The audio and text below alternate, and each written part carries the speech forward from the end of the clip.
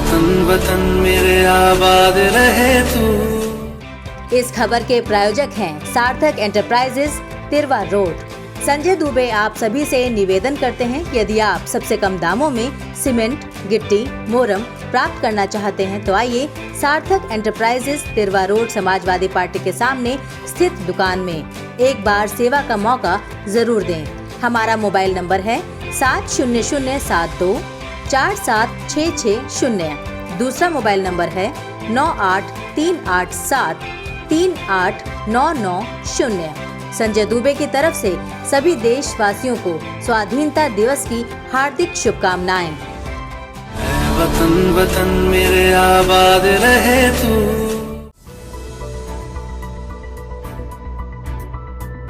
जहां आज पूरा देश स्वाधीनता के जश्न में डूबा हुआ है, वहीं एक परिवार ऐसा भी है जो अभी आजाद नहीं हुआ है।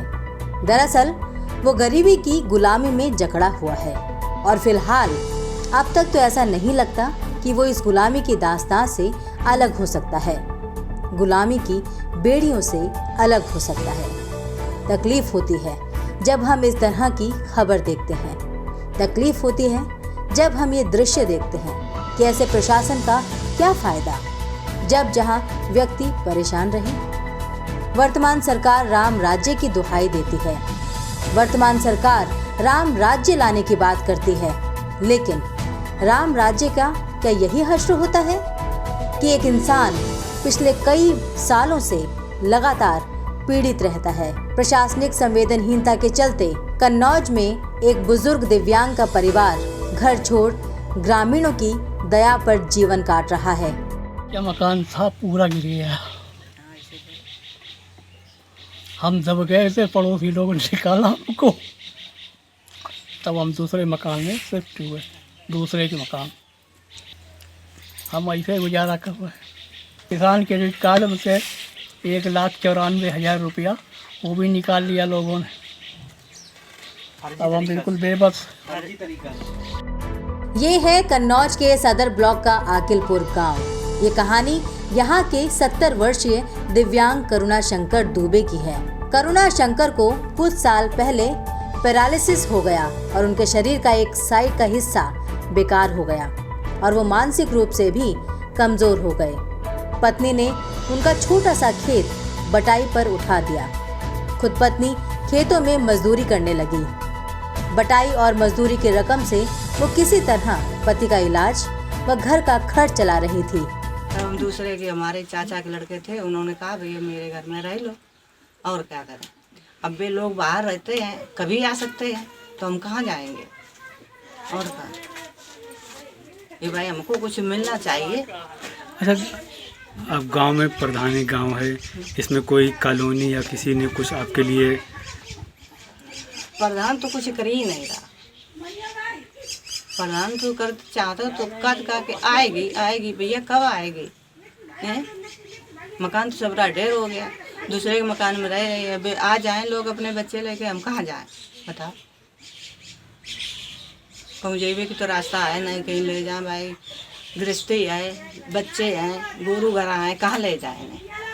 दूसरी जगह में रह रहे हैं, वो तो कुछ कर ही नहीं पाते हैं। ऐसे ही अपनी लगानी खेती उठा के कर लेते हैं, उसी से गुजर होती है।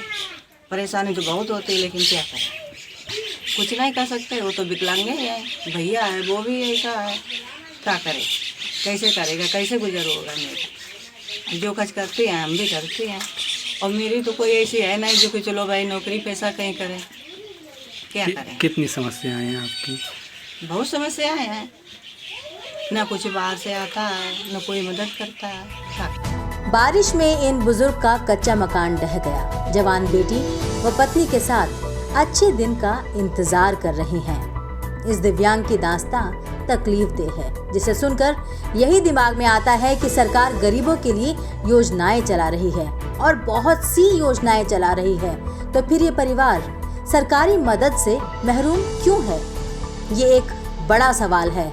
अरे इनका मकान कच्चा था, गिर गया, वो सब बरसात हुई, उसी की वजह से उसमें सब सामान सिट्टा इनका टूट गया। तो हम लोगों ने निकालो सब, फिर दूसरे घरे रहन लगे, घर परिवार के रहो, तो फिर कद्दो जाई कह रहे तले सही रहे। अब उनका कबलो रही, उनकी बिटिया शादी, लड़कों शादी, अब वे विकलांग हैं, कैसे का इनको गुजारा हुई।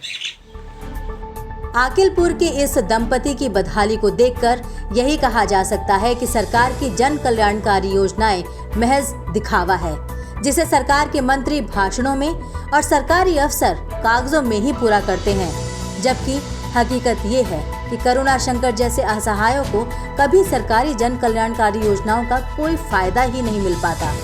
देखना होगा कि जवान बेटी के इस दिव्यांग बुजुर्ग पिता को सरकारी मदद कब मिलती है।